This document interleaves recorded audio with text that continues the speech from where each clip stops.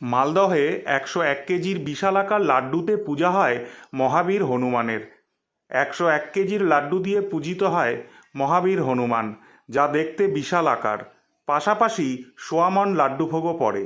মালদহ শহরের দক্ষিণ বালুচর এলাকায় মহাবীর মন্দিরে মহা ধুমধামে পালিত হচ্ছে হনুমান জয়ন্তী। হনুমান চালিসা পাঠ করে পুজোর আয়োজন করা হয়। জানা গিয়েছে প্রতি বছর হনুমান জয়ন্তীতে এই বিশাল আকারের লাড্ডু ভোগ দেওয়া হয়, যা তৈরি হয় বিভিন্ন রকমের ফল, সুজি, বেসন, কাজু, কিশমিশ, শুদ্ধ গাওয়া ঘি দিয়ে।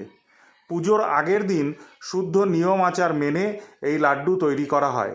প্রতি বছর ভক্তি করে এই ধরনের 101 কেজি লাড্ডু ভোগ দেওয়া হয়, যা দেখার জন্য শুধু জেলা নয়, জেলার বাইরে থেকেও বহু মানুষ এই লাড্ডু দেখার জন্য আসেন। এই বছর কলস যাত্রার মাধ্যমে পুজোর সূচনা হয়।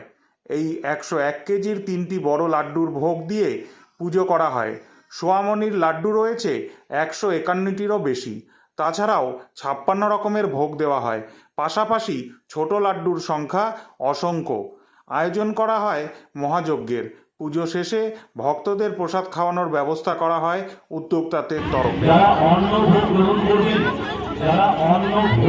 করবেন মন্দিরের গেটের সোজা, মন্দিরের মেন গেটের সেখানে অন্ন ভোগ বিতরণ শুরু হয়ে গেছে। সেই জায়গায় অন্ন ভোগ বিতরণ শুরু হয়ে গেছে। নিয়ে যাবেন। মন্দিরে কেউ হুড়োহুড়ি করবেন না, দয়া করে মন্দিরের মেন গেটের সামনে দিয়ে সোজা সময় লাগছে, ধৈর্য হারাবেন না, প্রত্যেকের পুজো হবে। थोड़ा जल्दी कीजिए, पूजा के लिए भीड़ काफी हो गया है, कृपया 25 मिनट।